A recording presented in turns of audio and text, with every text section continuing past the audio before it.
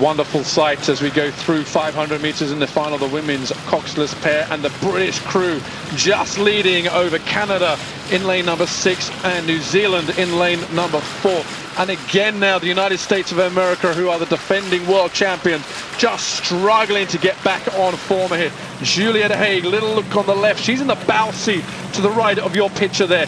Now the Kiwis just starting to put a bit of pressure on the British pair. Great Britain have done a fabulous job here so far and really out left. Can surely now the United States of America have left too much to get back on top? Gary, the British pair are at 34 strokes a minute.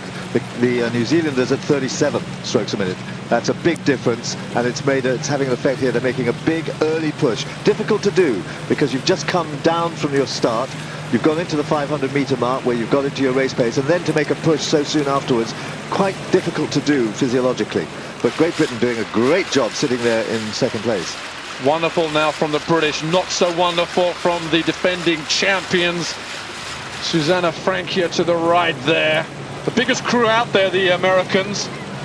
Still a long way to go, but it's going to be very hard for them to get back into the gold medal position there. Now led by Juliette Haig, Rebecca Scown from New Zealand. And every time the monitor goes on there, the crowd just down to the right of us gives a great big roar here.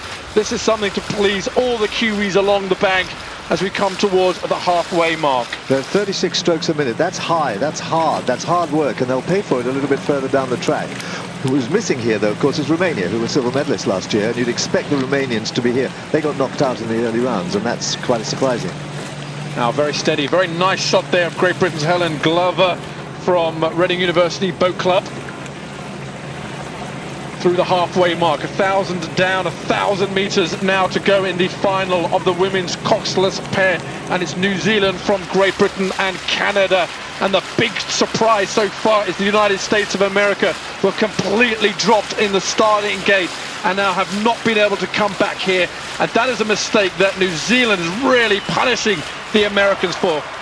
The New Zealand crowd are going absolutely wild.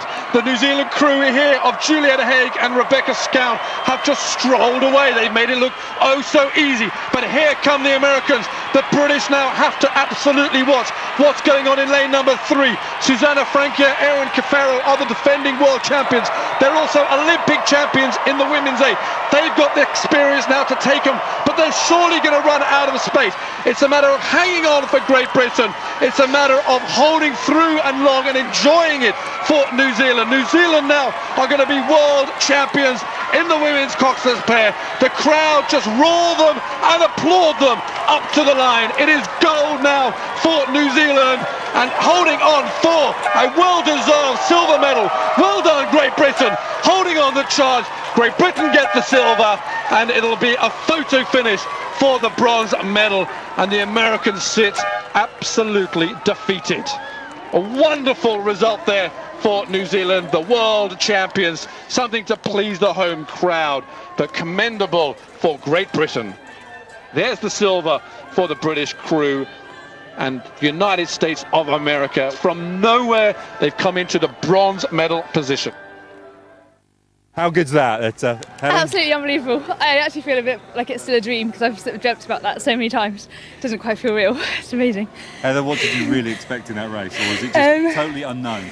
Oh, totally unknown. We said the other day, we're like, if we don't win the podium, we're going to be really disappointed. So we had high hopes for ourselves, and we're pretty chuffed with silver. The first sporting giant to be a world medalist. How did that feel as well? Oh my gosh, totally unreal. I mean, I started in 2008, and back then I was just, didn't know what was going to happen, and suddenly I'm in New Zealand and I'm standing on a podium at World Championships. It doesn't feel real at all.